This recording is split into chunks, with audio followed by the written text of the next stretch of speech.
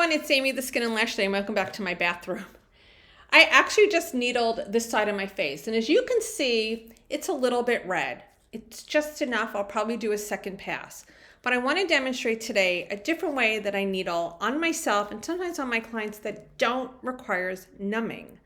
Because numbing sometimes does not allow me, well, let's just say I prefer not to numb. It's not about being deeper and redder is better. There's this concept that people think that you have to be super aggressive with it, and you don't. So I'm going to show you, let's get some better light in here, how to needle and how I do it without any numbing so it's comfortable. Because all we want to do is stimulate that fibroblast. So I have my doctor pen here, and if you could see on your pen, right where it is, I'm between a 0.25 and a 0.5. And I can adjust that at any time that I want. And all that's going to do is how much of the needle is coming out.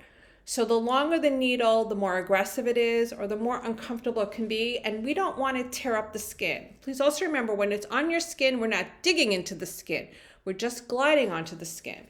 So to prep my skin, the first thing I did is I cleansed my skin for like 5 minutes. I went into every nook and cranny. I used my Glymed Mega Purifying Cleanser, and I spent a good 5 minutes cleansing from my neck all the way up to my forehead, the whole area, behind my ears, everything. I want everything to be super clean when I do this. It's okay if your skin is dry or parched, that is perfect. But I want to make sure that my skin is really prepped, and a really solid, good cleansing is the best way to prep the skin. I'm also using another Glymed product today that's made for microneedling, and it's the Glymed Daily Lift Serum Part 1. It comes with 2 parts, but I just used the first part for microneedling. It's made for microneedling. This is the Pro bottle. It comes with a pump. If you buy it, the retail bottle comes with a dropper bottle, and it's clear. This is an outstanding product for microneedling. So I've only squirted about a few pumps into a little dish that's clean, and I'm using my Glymed brush as well. And I'm not numbing my skin. This is not to be painful. I did my skin here about, I don't know, it's been about like 5 minutes. The redness is kind of dissipating. I could always go over with a second pass. Remember, sometimes less is better. The whole idea is just to stimulate that fibroblast to produce collagen. And also, when it's low like this, it's just more comfortable and you can go closer into the eye. But I'm going to do the other side of my face now and show you. A few other things to have handy to help pull the skin taut, besides I'm always gloved, is these are cosmetic 4x4s. You can use a paper towel, because many times, like here where I'm jowly or on my lip, I always want to pull. And when you have the product on, the slip on, I'm going to slide. So I need to have a good grip. If I can grip the skin and hold it tight, it's also a lot more comfortable. And I do that with my clients as well. But we want this to not be scary, to be safe, and to be effective. This is not something you do weekly. This is something that you would do monthly, 4 to 6 weeks. I'll be very honest, I get lazy. If I did it more often, my skin would be so much better, because afterwards people will always notice a week later that my skin looks better. Now, a few other things we need to go over. If you are on a retinoid, Retin-A, Renova, Tretinoin, Differin, you need to stop it a few days before, because your skin will be too sensitive.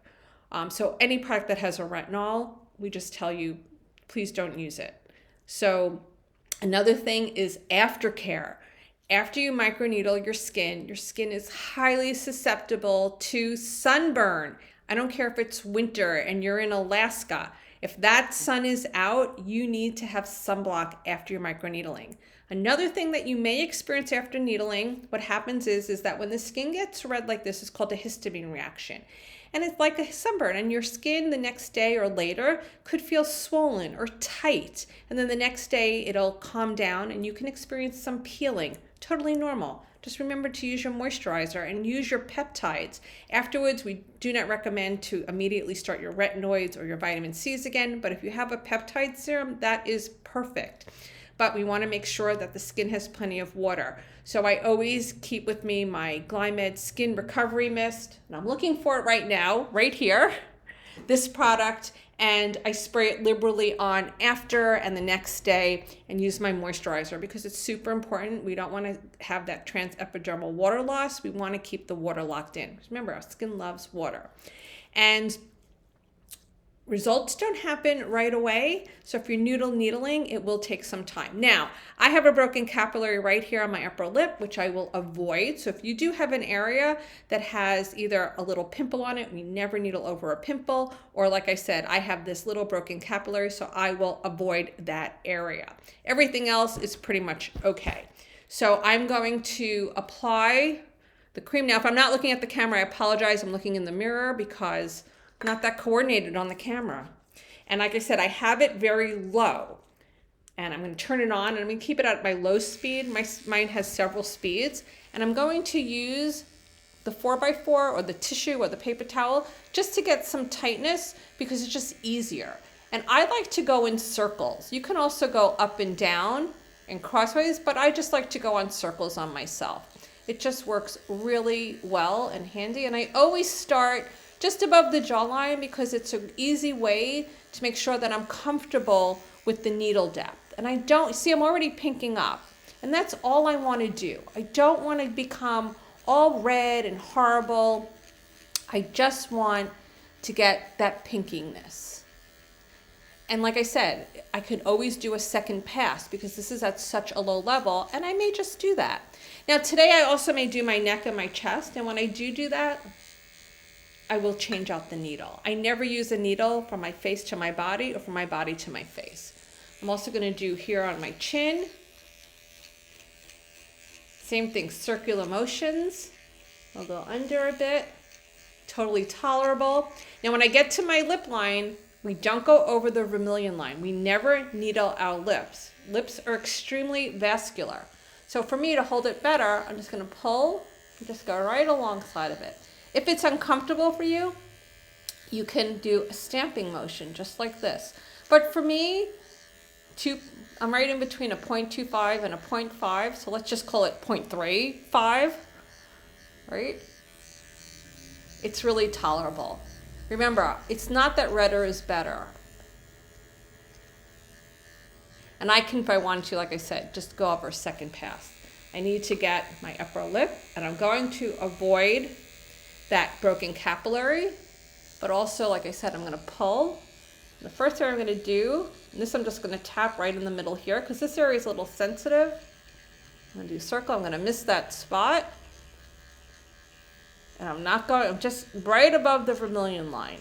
We never microneedle the lips. Get as close as possible without getting into that capillary. Need a little bit more serum. And back at it.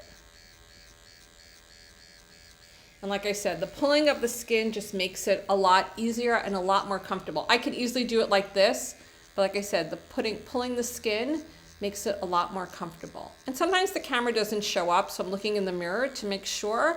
As soon as I get pink, I move on to the next area. I'm not looking to get blood red. And as you can see on this side, my redness is starting to come out. It's a delayed reaction. So, like I said, if I felt that I needed to do more, and I always go up to my ear, I always see wrinkles there, and I'm always like, no. And I'm going to go actually into my sideburns a little bit because I age there too, right? So if I had long hair, it'd be pulled back. So I'm going to go a little bit into that.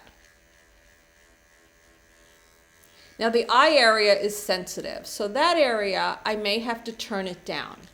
We don't really want to suffer, even though I joke and tell people suffer for beauty. And you can see I'm pretty pinked up. So the eye area, this I can never have enough serum. So if you're nervous, lower the needles. The best way to do it is start from the outside, and I like to tap. And it's a little ouchy, and it's a little too ouchy for me. So I'm going to turn the needle down just a tad, if I can see my needle, because I need my glasses. There we go, moving it down to the lowest. Now I have to be careful on mine because if I move it over too much, it's going to go to the longest. So usually I mark it. And that's a lot more tolerable. So I'm having it just below the 0.2, and I can tap. Because and I tend to pull down a little bit and out to move that skin. I don't want to break a capillary. Very gentle.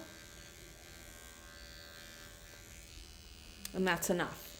I'm also going to do the upper area here, and with that, it's similar. I'm going to pull it up so I can move that onto the bone. And like I said, I lowered the needle depth, so this is super tolerable. Now my eyebrows are tattooed, so I don't go over the tattoo, so I don't want to break down or mess with the ink. Plus I don't have a wrinkle in there. Now I have a sunspot right here. This darn sunspot never wants to go out. So I kind of go over it a little bit extra, always thinking I can break up the pigment, and sometimes that'll work, and sometimes it doesn't. So it's just a spot that I've had for forever. And I'm just going onto the brow bone, and like I said, if it's not comfortable, go like this. This is tolerable. We don't want you to go like this, okay? You don't have to be a hero. I'm going to get in these little bunny lines that I have right here, because I'm always neglecting that with my microcurrent. And a lot of times after I do my microcurrent, I'll either put on my LED light, or I'll actually use my microcurrent to help calm down the skin. And I can just swirl it around and it'll be fine. Now I'm going back on my forehead, and I know I can tolerate a deeper, I'm going to put it back up. The same thing, I'm going to pull on my skin. Now my wrinkle on my forehead, I've had a lot of comments on it. A lot of people don't know, part of it is a scar. So I had an accident and we put Botox in there. It's the only time I Botox. And we've done a lot of things. And I actually have a scar in there. And I fibroblasted. And I had an accident when I was 35. And I broke my eye socket. And let me tell you, it was a big hot mess.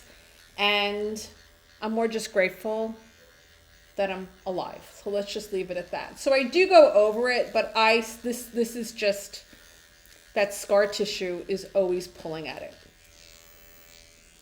And I just want to have healthy skin. I don't want to have perfect skin. But I have gotten comments about the wrinkle in my forehead. And I do refer to it as a wrinkle, because it's just nicer to refer to it as the wrinkle. But some of it is a scar. And I have in my head and in my hairline some scars. So if you have keloid scars and stuff, microneedling is not recommended really to go over it. And it doesn't really do a lot for scar revision. So lucky me. But like I said, I always give a little extra. As my niece says, "Aunt Amy, you're just so extra." And that's it. And you could see the areas where I focused a little bit on that hyperpigmentation marks. I went a little bit deeper. But remember, we don't want to dig into the skin at all. So that's basically all there is to it. It's not that complicated. You can refer back to my other video if you want. But like I said, I don't need to be super red. Right now, if I look in the mirror, it just looks like I was like at the gym, like red like that. Now I may get red later, and that's okay. I'm gonna actually do my neck and my chest with a clean needle. And if I really wanted to go, I can do a second pass with the serum.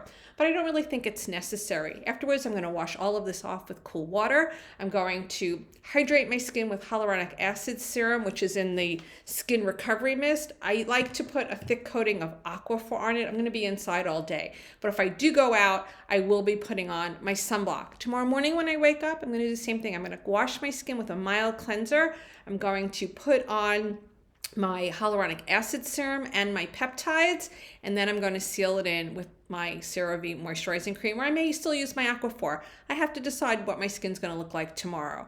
And then probably the second or third night, I'll go back onto some of my other products, because I need this to to not aggravate my skin. So I would avoid any vitamin C's after this, and any retinols or anything that's an irritant, or your AHAs or your BHAs.